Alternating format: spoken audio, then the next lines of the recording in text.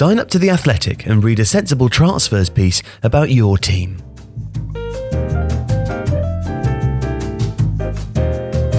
Manchester City are moving quietly in the right direction, but theirs is still a squad needing work.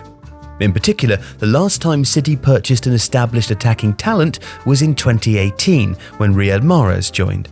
Since then, they've efficiently acquired outstanding young talents like Filip Stevanovic and Nahuel Bustos, while focusing the greater weight of their resources on improving their defence. Ferran Torres has had an encouraging start, but City still need to alter their offensive mechanics. Kevin De Bruyne shoulders too much creative burden, while the joint responsibilities of central midfield, linking to the front and protecting the back, are not being carried out with the same ability. David Silva has left a sizable hole, while Rodri and Gundogan lack Fernandinho's presence.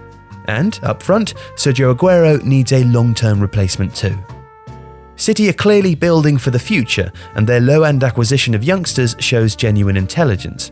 Added to which, Pep Guardiola has committed himself by signing a new 2-year contract, and with the support of CFG's great wealth, the club will be keen to back their manager and reassert their footballing primacy.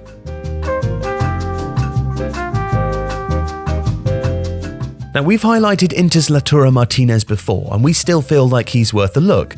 But if City want the best young striker in the world, then Erling Braut Haaland should be top of their list. Haaland is a monstrous talent. His height and strength doesn't limit his speed, and he also shows a good pressing instinct. He's strangely repetitive as a striker, often making the same runs into the left-hand side of the penalty area before pulling powerful finishes across the keeper to the far side. Now, Haaland isn't the typical Guardiola striker. Most often, he's preferred players of more subtlety and those who can find space in tight attacking zones, and yet his use of a larger focal point wouldn't be without precedent. While he and Zlatan Ibrahimovic fell out at Barcelona, the Swede had more than a decent goal return. And more pertinently, after leaving a more vertical, less possession-based system at Borussia Dortmund, Robert Lewandowski had one of the most prolific Bundesliga seasons of his career during Guardiola's final year at Bayern Munich. Now, even though Haaland and Lewandowski have key differences, that's an instructive example. City may rarely see a high defensive line or many opportunities in transition, but Haaland's reaction speed in the penalty box is one of his strengths, as is his one-touch, close-range finishing and his capacity to separate from a marker at the last critical second. Given the type of chances that City create, those are prerequisite qualities, and some of the same ones that allowed Lewandowski to prosper under Guardiola. Now, not that Haaland would become just one-dimensional. In Kevin De Bruyne, City possess the Premier League's most dangerous creative weapon, and were Haaland to become a target for that kind of passing, which is often disguised and which frequently turns a defence towards its own goal, then all of his size, speed and power would be a formidable threat beyond the last man. During his time in Dortmund, he's also formed a quick, potent relationship with Jadon Sancho, and in a more embryonic way, young Giovanni Reina. City's talent is older and more established, but the profile of a player with whom Haaland would need to develop chemistry is fairly similar. A tantalising prospect then, and a realistic one. Dortmund are now caught between eras, and as of 2022, Haaland will have an active release clause of just £68 million in his contract.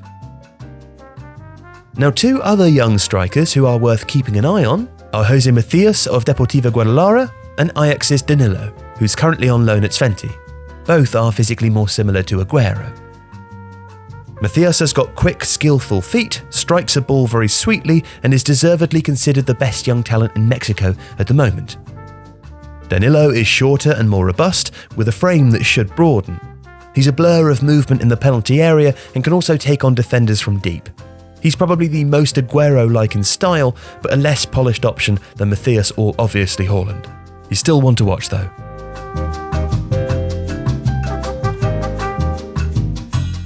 Fernandinho has been a world-class defensive screen, allowing City to play a high line and compress space while also effectively transitioning play forwards.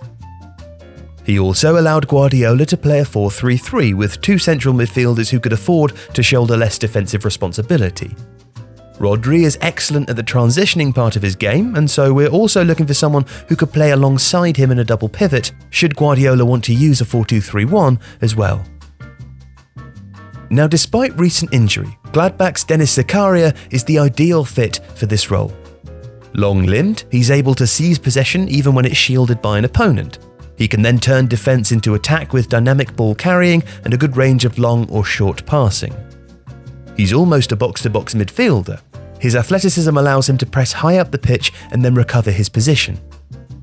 But his all-round defensive acumen means he's most suited to playing at the base of a midfield 3 or alongside a more advanced passer in a 2. In other words, he'd work in either of City's preferred setups. Now, looking further afield, Manuel Ugarte of Phoenix in Uruguay looks to have a high ceiling. At only 19, he's already an astute screening midfielder, unflashy and hard-working, but with a knack of being in the right place to make a tackle or ball recovery. A move to a mid or low-ranking La Liga team seems like the right step at the moment, though. And while Bayern's Angelo Stiller is yet to make a real first-team breakthrough, he's very much a Guardiola pivot. His reading of the game is exceptional. His passing range can set quick attackers free in the wide spaces or transition the ball vertically to creative attackers further up the pitch. He already has the height and is developing the build to one day impose himself on a top-level midfield.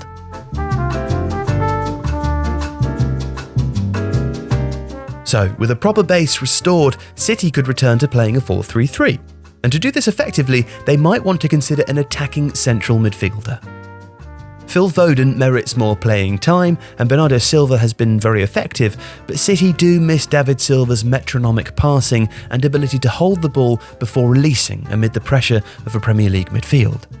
Now, it should be an ambition rather than a priority, but Lyon's Houssem Aouar, who has long interested Arsenal, possesses the requisite skills. Aouar has a mesmerising touch.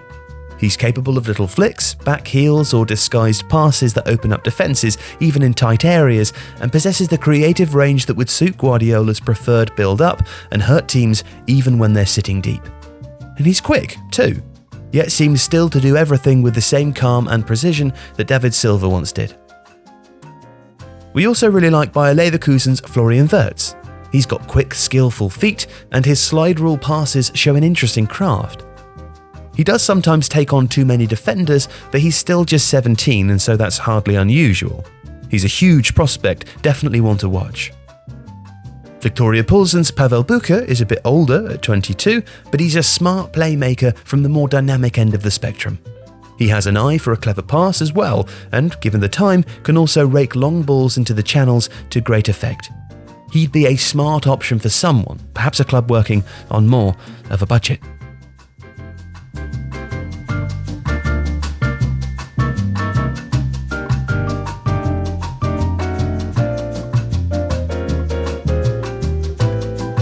If you want to read a sensible transfers piece about your team, now you can. We've expanded the series across The Athletic, with dedicated journalists covering each Premier League team.